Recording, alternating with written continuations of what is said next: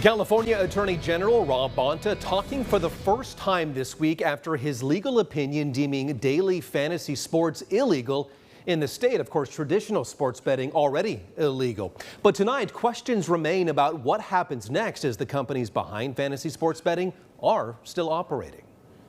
I totally think it enriches the game experience, obviously, because then if you have money on something, you're going to want to watch it. You're going to be invested into it, right? Aaron Urabi is one of millions of Californians that plays daily fantasy sports online. I think it's a great way to just enhance the sport and just, cheer for players that you love. Unlike traditional sports betting where wagers are made on the outcome of a game or a competition, bets placed on daily fantasy sports are made on a player or a competitor's statistics. That caveat has allowed DFS companies to operate in our state, at least until now.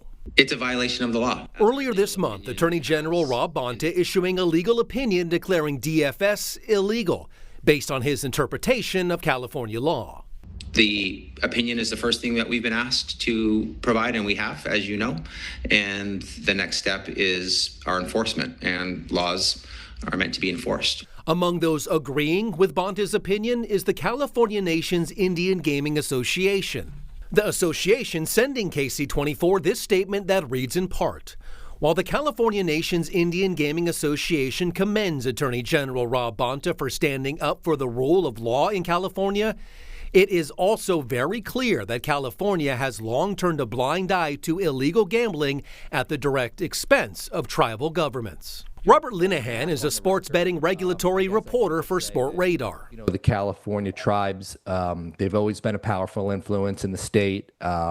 They control quite a bit of what goes on gaming-wise in California. Even with Bonta's threat of enforcement, daily fantasy sports companies are still operating in the state. It's such a lucrative market for them. It's such an important market for them that they will absolutely try and stay as long as they can. One of the DFS companies, called Underdog Fantasy, recently tried to block the Attorney General from releasing his opinion, but that attempt was denied by a Sacramento County judge. However, experts believe more lawsuits from DFS companies could be on the way. UC Merced political science professor Nate Monroe says Bonta's opinion will hold weight if it's challenged in court. It's like the interpretation that any agency makes of a law that's on the books, but has some ambiguity about exactly how it applies to a particular case, right? And so anytime this legislature makes law, right, the executive branch has to interpret to a degree how that law is supposed to be applied and executed.